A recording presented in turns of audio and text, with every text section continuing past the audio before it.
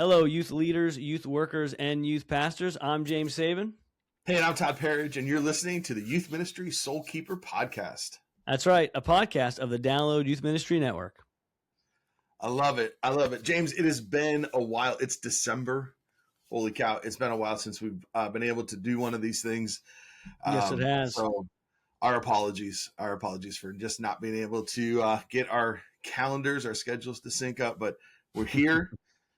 Man, it's December. I love it. I love it. Yes, and December means, Todd, Christmas and winter retreats, right? Do you love winter retreats, Todd? Do you like I love them both. Christmas? Do you like Christmas? See behind me, I have my Pittsburgh themed tree. Oh, yeah. All the ornaments on there are Pittsburgh themed. Yeah, if I had a Jets themed tree, it would probably burn up. So it's cursed. I think it would look like that Charlie Brown tree. It would absolutely look like it. Yes, that's a fact. It's sad. Are they even playing still? Are they playing still? Are they playing games? Listen, I have no room to talk about my beloved Steelers. You have more room than I do. I'm just saying. I'm just still a fan. Yeah. But I do. I love Christmas. I love retreats. And even when we were talking about this, it's really interesting because you do a fall retreat. I do. I always did a winter retreat. Years ago, I did a spring retreat. And so I thought, man, let's just kind of start right there and go, why? So tell us, why do you do a fall retreat? And then I'll tell you why you're wrong. And I'll tell you why. That's exactly. Yeah, maybe we're going to find that out. We're going to say it's kind of like lock in, no lock in, right? Winter retreat or fall retreat. Yeah, really. When I started in youth ministry a long time ago in a galaxy far, far away, we did fall retreats. No such thing as a winter retreat, right? And so that was kind of the culture I was brought into. So my wife, she's been doing retreats since she was in middle school. And they were always fall retreat. So that was always the rhythm of, I would just say my denomination, my first church, right? Yeah. And so that's how we ended there. And so we just kept going, right? I mean, it always went fall, spring retreat, summer camp, right? And then sometimes, obviously events mixed in there, lock-ins, of course, mixed in there. You're talking, 40 years ago to 30 years ago, right? Youth ministry. And then, of course, you would have missions trips thrown in. And so that was kind of your classic rhythm, which is still pretty similar today. So never a winter retreat for us. Just never was. It didn't even, to be honest, I didn't know you can have one until you had other places. Just didn't know that was a possibility. Yeah. Yeah, especially up here when it gets snowy. To be honest, I think because of where we are in West Virginia, you're going to probably increase your chances of not having it at all. Is what could happen, right? So I'd say that's probably the reason why that was done the way it was. But yeah, no, I think that's really fascinating. So yeah, I would say when you look at the calendar, summer camp was an anchor. You're not moving it, like you kind of were locked into your camp. Yeah. And the winter retreat was just kind of that. It was like half the year, right? So and the other thing for me, I always felt to try to do it in the fall. Not that sports don't happen in the winter, in that season of January or February, but it's not as many students who are impacted, and sometimes you can make concessions for them, sometimes you can make special arrangements for a handful, but the fall was like you have football, the team, you have the band, you have cheerleaders, and then you just have students who just want to go to the game, right? So I just felt like it was always harder to pull kids out of that to get them to go to a fall retreat. So, and I think as we were joking about this earlier, there really isn't a right decision. It's like what works for you and in your context. And I think, you mentioned the travel. We never had to cancel a winter retreat. There were times, buses got stuck, and there were times that it took us longer to get to the camp than it normally would. But I just think when you're thinking about the timing during the year, that is probably the first question, especially if you're new to ministry, or if you transition from one church to another, right? Like if you go somewhere that they do winter retreats, okay, I have to learn how to do winter retreats, or vice versa. And so I think that is kind of the first part of the question.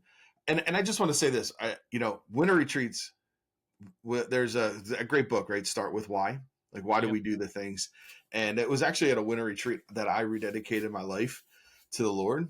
And so winter retreats have always just been a high value. That's a very personal reason. Um, but yeah, I would say, if you're listening to this and you're going, oh, I've never thought about doing a spring retreat or a fall or winter, depending on what season you normally Yeah. do yours. I think that's a good question to ask. Yeah. And so once you kind of do that one, then we're going to spend the rest of the time today talking just like 3 tips that from the different seats that we have been in or are in. So like 3 tips for the speaker, right? For James, as a youth pastor in the trenches, I'm going to ask you to share 3 tips that you would want if somebody's listening to this who's speaking at a Yeah. retreat. What do you think they should know? And then I'll take that seat of tips for the youth pastor Yeah. For the from the host. Yeah. speaker position. Yeah. Yeah. What they should know. So let's kind of hit one, and then I'll hit one, and we'll just bounce back and forth like that. Yeah. So if you want to start with, give us kind of one tip for the camp speaker. And I would say this is also true of summer camp. So like Oh yeah. wherever that context is. So Yes. hit us with the first tip for the speaker. Yeah. Let me just say this on the front end. Todd has been a speaker for us on multiple occasions. I'm not going to try and start counting because I'll get the number wrong, but it's been more than a handful, I'd say, Todd. Yeah. And let me just say this: Todd is a pro. So if you're looking for a speaker, and his fees are really high. No, not at all. Actually, yeah, I'm messing. That's right. Yeah, yeah. But no, really though, Todd is a pro, and all the ways that we're going to talk about, I'm just telling you. And I know Todd didn't know I was going to say this, but I'm serious. He is literally one of the best. And so the things that I'm talking about are the things Todd does really, and he does very well. So like the first one, just be low maintenance. Like don't demand things. Ask what is needed instead, right? And so I don't know about you, but I had a couple guys give me riders. You know what I mean? Like, and I can't even make this up. I had certain water on there. Like they did this, like, you know what I mean? Like they wanted certain meal. It was fine. Like I'm down with that. But like, that was the front end, you know what I mean? Not the back end. It wasn't like, hey, that was the front end. And so, I know Todd, he likes, only Perrier. He'll say that in his rider. You know what I mean? And gluten-free only, and just, so, but no, that's me. But anyway, I was gonna say, wait, what? that's me. Yeah, sorry, just throwing it in there, seeing you're paying attention. But yeah, but that's it. So don't demand things like we're trying to be a blessing, right? And so yeah, so I would say that's number one: be low maintenance, right? And because that the person who's hosting, that youth leader, has got so much to think about already. We don't want to give them something else to think about. But anyway, yeah, that would be my first one. No, that's so good. That's so good. And it's so funny because well, first of all, I really truly appreciate that encouragement. That's very kind. I didn't know you were going to say that. It's over now. We can move on. No, but it is interesting when you work with someone who has demands, even things that are then just kind of silly, like, my microphone has to be wired, not a wireless mic or an over the ear. Like you're I like, lean toward that a little bit. I do have a little bit of those. I'm not going to lie, just a little. oh, I know. Certain height microphone. It has to be set just at this height, just so so it's not at my forehead, but it's fine. It's no, that's really good. That's really good. And so yeah, I think that's really good advice. I think that's really good advice. Be low maintenance. yeah. What about you, Top? Yeah, so I would say one of the things that is super helpful for a good weekend is to have some really clear expectations. Yeah, I love that. So if you're a youth pastor and you're bringing in a speaker, really be clear in what you want for them, right? Like kind of understand the wins. And so you can then really evaluate them as a speaker by the expectations you've given them. And these are some of the things that James is going to be sharing. Those are some really good expectations. I think if it's like you want discussion questions for your talks, then ask them, like, not when they get there, right? Ask them up front. Hey, can early on in the process, if you want them to speak on a certain theme and they don't ask that question, it's probably because they have a set of messages that they're comfortable with, and it doesn't mean they can't do what you want them to do, but you need to be very clear. Yeah. And so I remember being, asking a speaker who was a well-known speaker, come in, here's the theme. And it was like that theme was mentioned in the intro, and then they just went into their talk, which I Yeah. had actually heard before. So I was like, man, they didn't, like, the expectation was there. Like, this is what we want you to talk about. And it just kind of went where they wanted it to go. So those clear expectations. And I also think I mean, that's everything from when you want them to be there. Where do you Yeah. want them? Some groups don't really want them to interact with students. We're going to talk about that in a minute, but Yeah. others do. All of those thoughts, like, think through them and then be clear with your speaker so Yeah. they know what you're expecting. Yeah. Super good. All right, James, why don't you hit us with your second tip? Yeah. The second tip I would say for speakers is treat the other leaders and volunteers in front of the kids as heroes. You know what I mean? And so, That's they good. need to be publicly applauded and affirmed by us. I think that's just a great win for everybody. And listen, a lot of them, if, a little side note, little tipper from the chipper, those people are the ones who usually give feedback to that host pastor that'll say, you know what, we want that guy back. And so, so anyway, kind of helps. I'm only kidding. That's it. But it could work that way. But that's Yeah, not for why you're sure. doing it. That's a joke. I'm really kidding. But no. But seriously though, we want to be those who, because we know what it's like, right? And we Yeah. know the work and the effort and everything that the hosts and the volunteers and the workers, the sacrifices they make. A lot of the volunteers obviously are taking vacation time and all those things, and so we want to acknowledge those things and really just kind of prop them up and encourage them. And we want to do the same thing even privately. You know what I mean? I know, Todd, you're really good by nature of what you do with Youth Leader Oasis. You're really good at kind of really using that time to minister to the youth workers who are there and the youth pastors. And so, and kind of taking a page out of that book, just kind of be there to pray with people, be a good listener for them. And it's a win-win for sure. Yeah, no, I mean, again, I really appreciate that. I feel like I was told this. It's a value that I hold to, that people who are important to you, that because you're important to me, now those people are important to me. Yep. And I actually have never really thought about the leaders are the ones who really kind of have the greatest voice when it comes to feedback with the youth pastor. And so even if you guys, the speaker and the youth pastor are great friends, if that speaker doesn't treat, the youth pastor's friends well, that the evaluation, the feedback is probably not going to be positive. Truth right there. That's really good. That's a good, because again, not even sometimes they're not like a jerk. They're just focused on other things and they're not thinking. Being aloof maybe. And don't be that. Like, take the time to really connect with those people that are those volunteers. Yeah, that's really good. I really like that one a lot. Yeah. So what about you, Todd? What's your number two for the host? Yeah, I really think that the youth pastor really can make or break even the sessions and whatever, how they set them up to win. And so, like, early, like way before the retreat, some of those questions or some of those comments will, tell me about your students. Are they following Jesus? Are these outreach kids? That conversation alone will set the speaker up to either be a big win or like a total miss. I also think that even the moments right before they come up, like if it's total chaos, like a super fun, awesome game, and then you're going from that into, hey, now we're going to bring the speaker up. You're like, whoa, these students are not like, a smooth transition. Not a smooth transition. They're not going to listen. And one of my favorite stories, it was a winter retreat. I was speaking at this camp, and it was a cold, snowy weekend. The kids are running around playing all day. And this camp had this, it was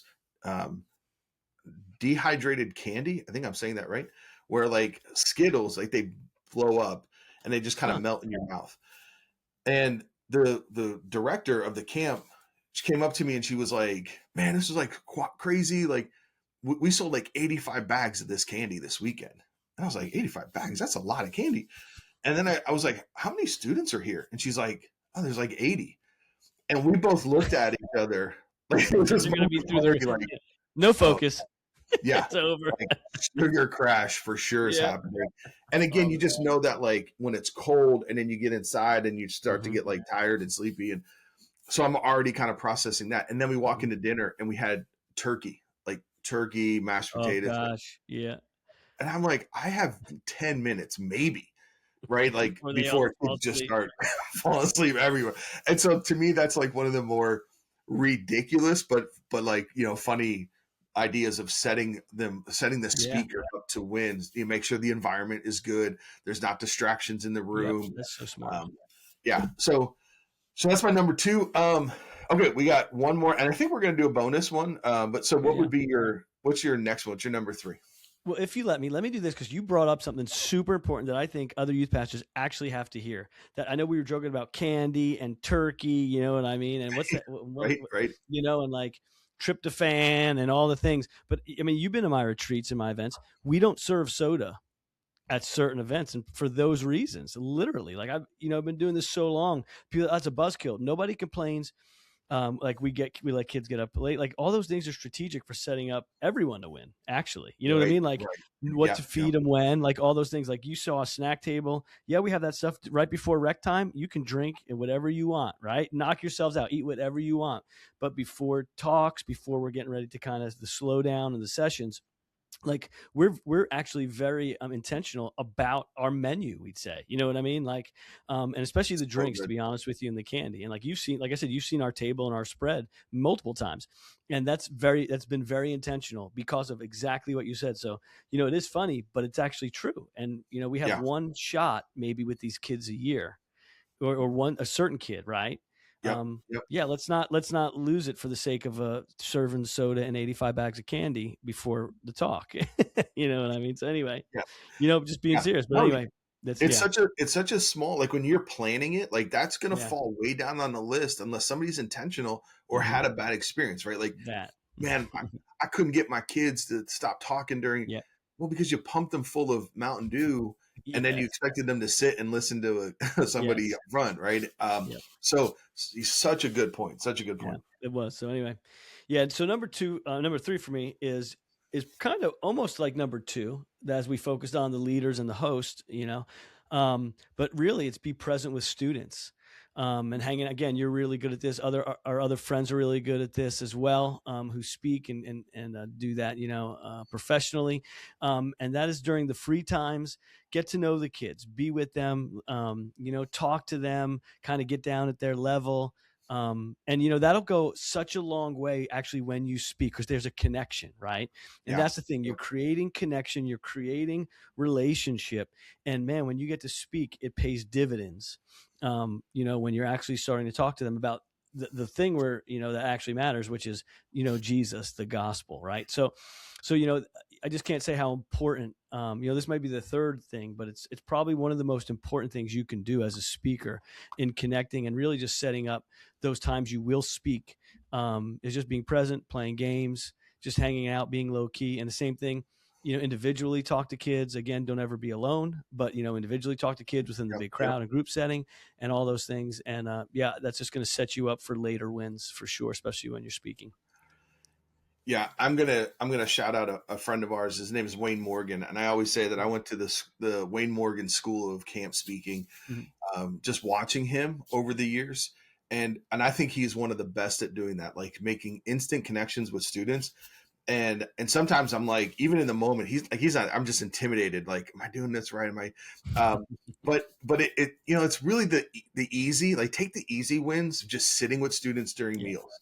Um, watch them play nine squared. The what happens in those moments are like these funny stories that you can then bring to the front, Yeah, it's true. and like now all of a sudden everybody's kind of laughing with you Yep. at this person, and they're Yeah. cheering them on. Those are some of my Yeah. favorite things. And actually at your retreat this fall, there was a girl I sat with, this group of students, and this girl, her name was Amelia, and you just kind of know right away, it's like she's like the captain of the youth group. Like you could just tell she's like a Yeah. leader, and she's fun. And so we're just talking, and we start talking about weird things that people eat. Um, and she throws out this thing where she puts honey mustard on her mashed potatoes. And I was like, Not right. wait, what? And it Never kind of heard that. stops, like record screech stop the conversation. And and she's like, yeah, like she's doubling down on it. It's the greatest thing ever. So I used that as like an opening that night, right? And just said, man, crazy. And everybody's like, I've never heard of that. And so it's like me versus her and the whole group. And it's this funny thing. On Thanksgiving Day, I get tagged on a Instagram, and I was like, who's this? I don't know who this person is. And then I look at the picture, and it's her, and she's holding a plate, like her Thanksgiving plate with mashed potatoes Uh, and honey mustard on it. And I love was it. like, that is so like totally made my day, right? Oh Like yeah, made absolutely.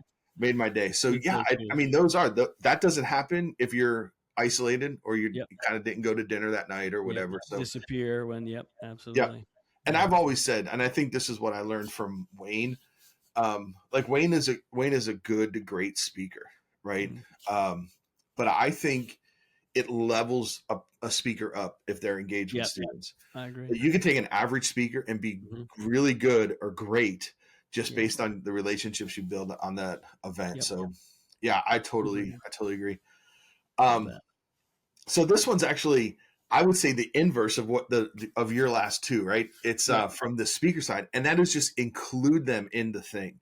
Hmm. Um, and so if you have like a leader meeting or like a special, like, hey, we go get coffee early in the morning, or can I bring you a coffee? We have a leader meeting, whatever. Yeah. Do Yeah. to as much. They might not be able to make it to everything, but include them in it, right? Hey, we're going to do this, big 9 square in the air tournament. Really, would I want you to come? Would you want to jump in? Yeah. um, because some speakers are introverted, and so that piece is not easy for them. Sure. Um, but to as much as you can include them into something special or to the inside quickly, I think really helps the speaker. Yeah, and even for the speaker, especially if they're coming in for a first time, like anything, you feel awkward. Yeah. Yep. You know what I mean? Like you feel awkward, you feel like an outsider, and so all of that just helps everybody feel comfortable. And when the speaker isn't awkward, right? And so everyone else, because you can, you feel off, the students can feed off that energy. You Yeah. could tell Totally. that Yep. energy. You know what I mean? Yep. So all of that just again helps for the speaker to feel comfortable, to settle in, to be comfortable in their own skin amongst a group of people they're getting to know, and all that just helps and makes for again a whole just a better experience. Yeah, I Yep. love that. Super good. All right. All right. So let's do one more. Let's do a bonus round. Do you have a bonus tip for us today? I do have a bonus tip. And really for for the speaker, the bonus is in all these things, stay humble and remember that you're there to serve, Hmm. and that's it. And so what does that look like? That looks like helping them set up. Get there a little earlier and help them set up. Hey, what can and saying like, hey, what can I do to help? You know what I mean? Like right away, like what can I do to help? And I'm just telling you, I know for me when I host and people, speakers come up and say that, I'm like, really? Like I'm not even expecting that, I'm like, really nothing. And usually most of the time I say nothing, right? Most I say, nope, you're here, Todd. No, I'm like, you're good. Like we're here to bless you. Like, and so I'm kind of giving a little bit of the both and here, right? Because the host should probably in return say, you know what, we want this to be a blessing for you too. You know what I mean? Like we want you to rest. You work hard too, So, however you want, no, you hang up. No, you hang up. You know what I mean? Like however you want to do that.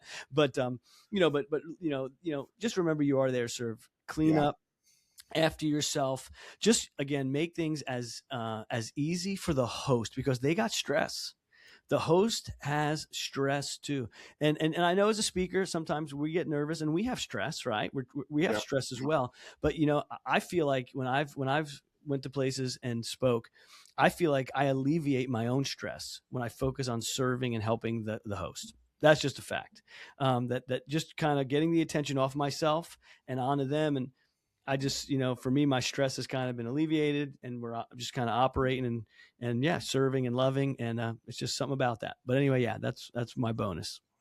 No, I love that.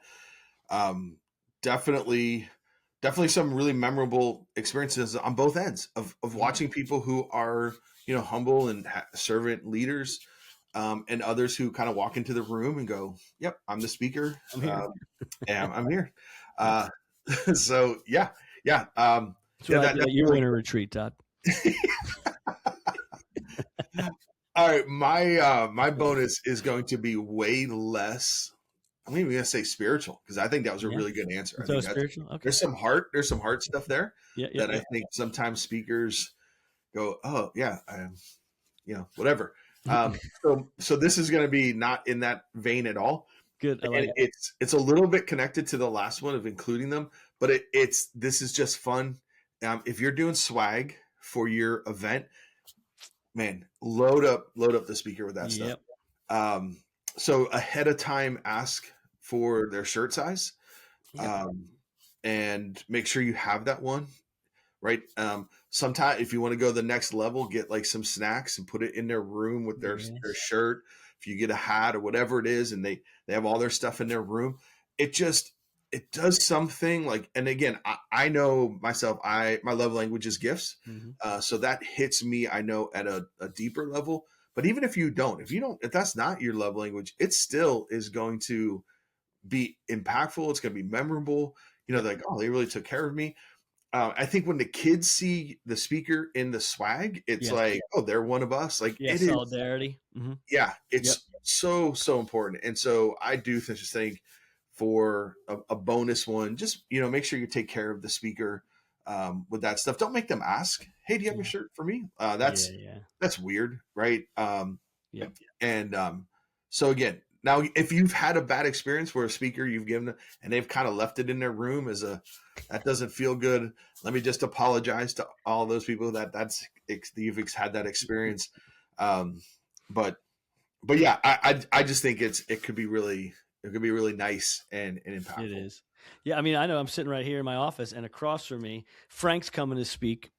In for the springtime and for the Spring Fest, and Frank Gill, our friend, Yep. and I have stuff from Rooted for him, and Todd knows, like, and actually, so you guys, some of you know this, I know most places can't do this. So this is just a fun thing between me, kind of Todd and Frank.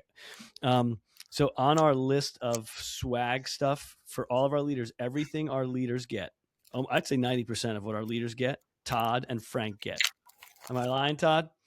You are not lying. It is it is unbelievable. They are on our list for literally everything. So yeah, all the shirts, all the hoodies, and if we do forget, Todd will remind me. But ain't no, that's a, that is that is that's a not joke. true. That's a joke. I like to pick, but anyway, no, no, seriously, it's and so just because they mean so much to them, they have become over the years truly friends of the ministry. Our kids love them, and again, it's exactly what Todd's saying actually.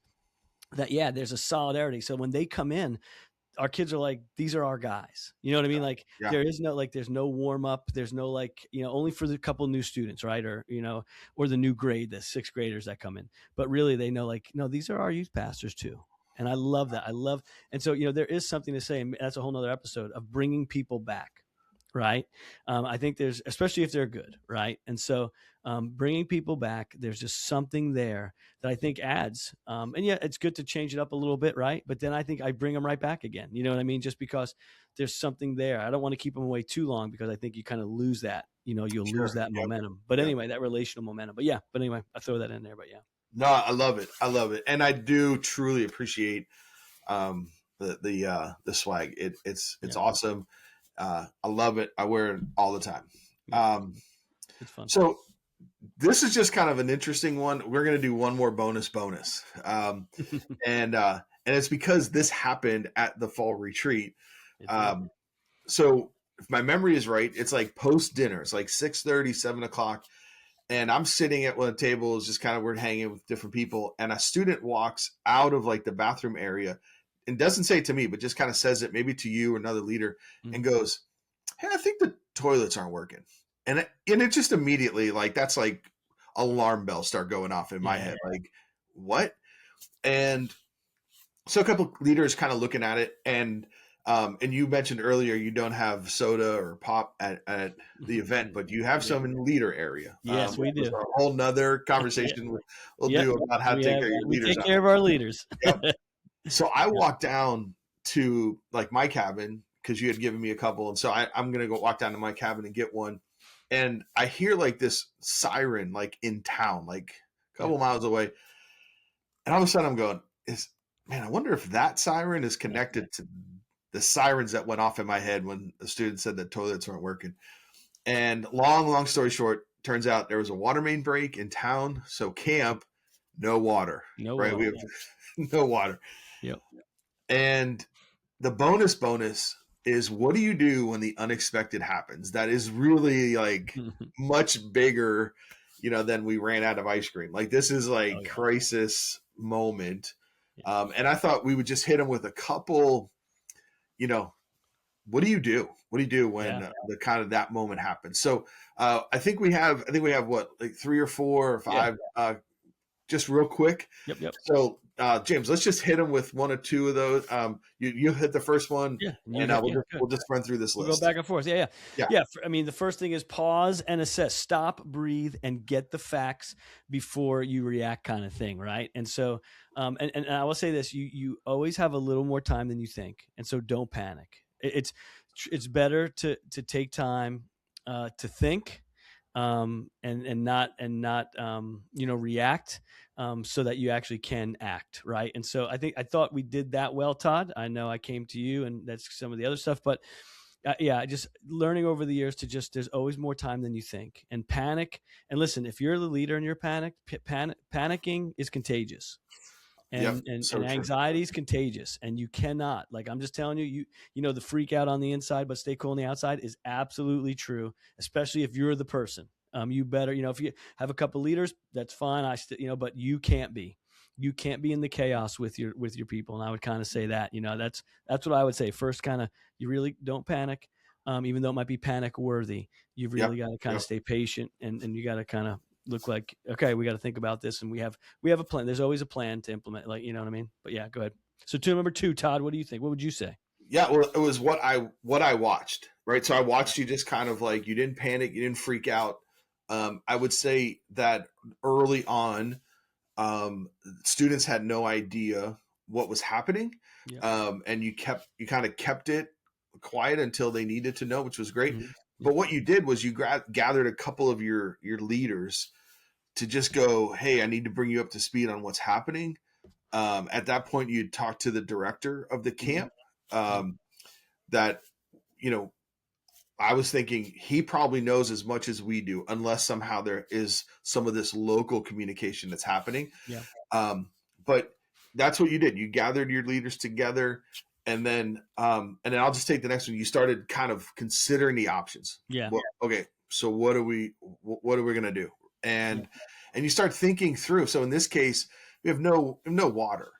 And for maybe half the group, that's not going to be a big deal, but for female students, that's going to be a really big deal. And just kind of like the conversation, by bringing other people in, you go, okay, so what are our options, right? You at that point, you're an hour and a half from home. Mm-hmm. Can we get buses? Can they, all of the options now become a thing. And I remember sitting with you, and as like, I'm running through it, right? Cause I'm just going, okay, this is not my business. Like, at some level, right? Like this is not my call. I remember looking at you and going, at what point do you pass the point of being able to make a decision? Yep. And so in that case, like, which if was a you're huge comment. That away, comment was a comment that made me know, like, I was like, that's what I needed. Cause I sat down, I said, I was talking with you through some of these, like, playing this out. Okay. What does it look like if we don't have water? What does that look like by 10 o'clock? What does that look like after in the cabins? What does that look like? You know what I mean? Like, we started going through all those steps. Like, what does that look like okay, if we get stuck here? What if, water doesn't come back on, and comes out, well, what if kids are going to the bathroom, and it's not just one, but it's two, and those things that and you can't flush, and now you're talking about things that are unsanitary. You can't wash hands. You can't, on and on, right? So many reasons why. Just the negative, as I like to say, the negative started to very much outweigh any positive, actually. And then you said to me, okay, at what point you run out of time to make that call, because you can't, like you said, it's too late now. Buses, you can't tell buses, you can't know, because it's too late, right? It's 11 o'clock, 12 o'clock, etc.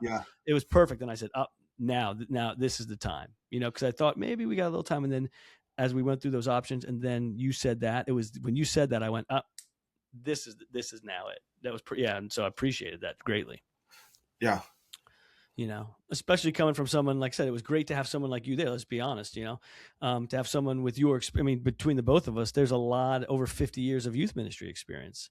And so we've seen a lot of it and all of it, you know what I mean? And so it was, and really, it's not even that you've seen everything as much as you've been in this situation before Yeah. many times, right? Where you had to make these kind of decisions. And so having you there, I'm not going to lie, was huge. And so when you said what you said, I was like, it was perfect. So. Well, I would just say this: a lot of people do not have. Again, I've said this on this podcast plenty of times. Yeah. I don't know if your senior pastor ever listens, but you guys have a very unique relationship and system there at the church that a lot of youth workers don't have. Yeah. And so that whole part of, kind of considering the options at some point, and I even asked you, I was like, at some point, do you need to bring Kevin into this conversation? Yeah. And you were like, no, like he'll be fine with what I decide. Yes. And now that everyone has that situation. That's right. And so Kevin would say that himself. Yes. Yeah. Exactly. At some point, you need to kind of consider your options and ask for wisdom. And sometimes that wisdom is getting the senior pastor on the phone and going, hey, yes, let me run the options by you. What do you suggest? What do we do?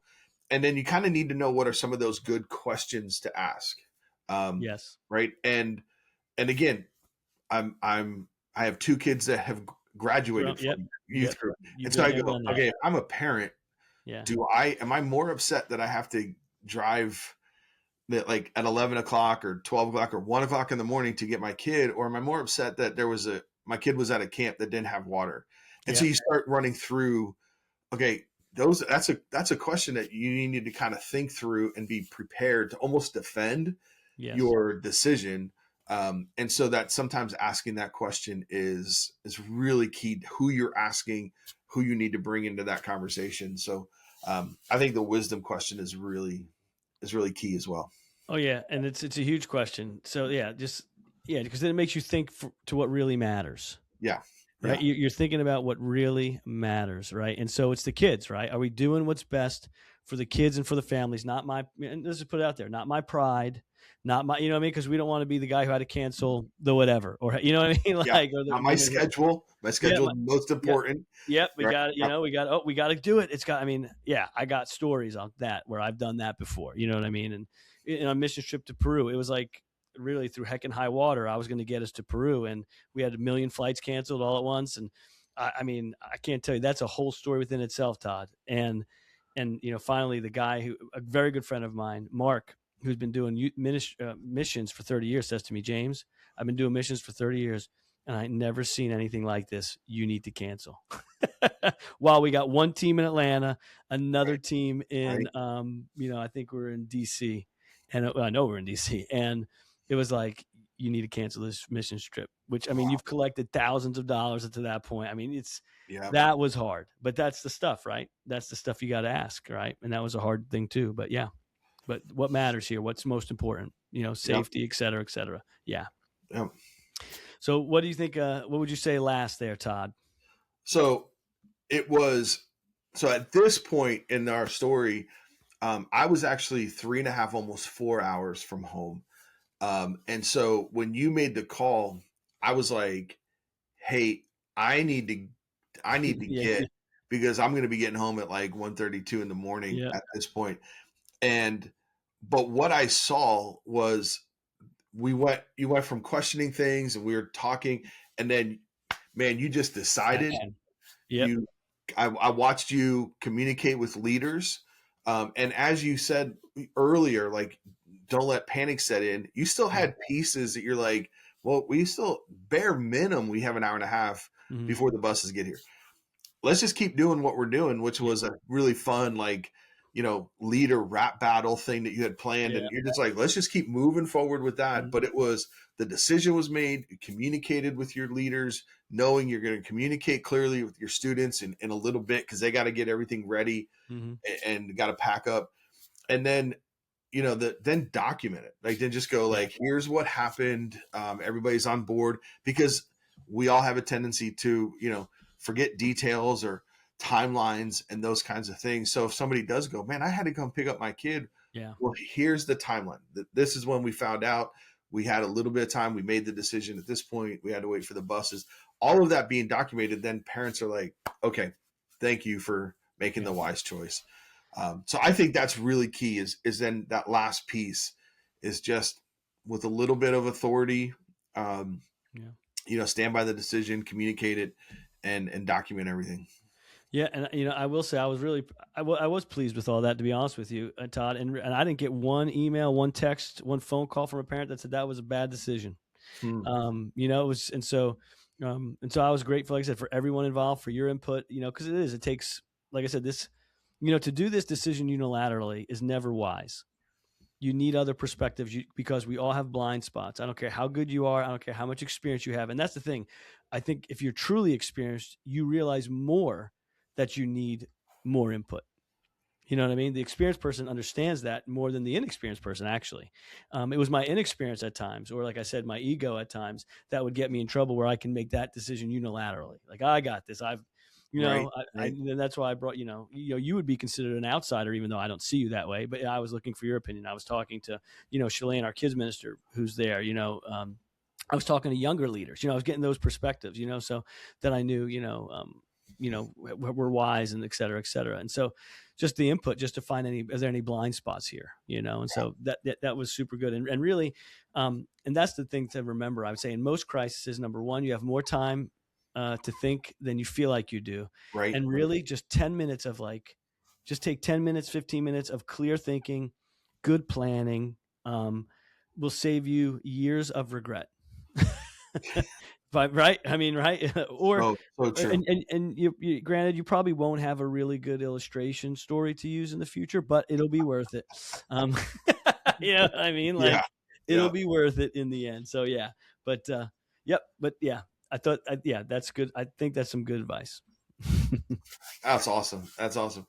Well, hey, James, I'm going to ask you if you would close us in prayer. Before we do that, I just want to share two kind of like announcement kind of type things. And the first one is, if you haven't heard about it yet, our good friends at Sunday Cool are doing a really fun and cool campaign called Proud Christian, where you can get a free t-shirt as the youth leader. And then you can collect sizes. It's just a cool shirt that says Proud Christian. And then the intent is to get t-shirts for all of your students. They wear them to school. And then you kind of have a night where you talk about what they experienced. And so all of that information is available. Everything is free. Your shirt, all of the shirts for students. It's a really cool thing that they're doing. So check that all out at sundaycool.com. And then the Youth Leader Summit. Our first one is coming up in February. We're going to be in Florida, February 23, 24, and 25. I'll be there. Yes. So excited that we're going to hang. I haven't registered yet. In Florida. I know. Well, that's why I'm saying this, because most youth pastors, we tend to wait to the last minute. And so let's not do that, James. Yeah. So then we'll go from Florida to New Jersey in May, and then out to Michigan in September. But all the information, the prices, it's like $199, $149 for spouses. Yep. Doug Franklin and Heather Fleece are speakers this year. Great lineup. Different bands at each one. And so all the information is available at youthleadersummit.com. We would love for you to come and hang with us, and hopefully we'll see you there. Yeah. So, James, would you do the honor of closing us in prayer today? Absolutely, brother. Let's pray. God, as always, thank you for these youth leaders and youth workers who just are listening. Lord God, I pray that you would encourage them in whatever season of personal life they're at, Lord God. I pray you'd meet their needs physically, spiritually, and emotionally. God, I pray for their youth groups, Lord God, for the kids that they're called to minister to. I pray, Lord God, that your perfect will would be done in and through all their lives. And God, that you would give wisdom to these youth leaders as only you can. I thank you for each one. And it's in Jesus' name I pray. Amen and amen. Amen. Well, I hope this has been fun. I hope you've been given a little bit of some advice and tips from two older youth workers who've made plenty of mistakes when it comes to retreats. But hopefully this has been good for you and helpful. Thank you so much for hanging out with us. And I didn't say it yet, so I'm just going to say it now. If you didn't get a chance to like and subscribe in the video, especially if you're watching on YouTube, it means a ton for us. Yeah, it does. And listen, Todd, always great to hang with you. And those of you listening, always great to be with you as well. And until next time, happy soul keeping.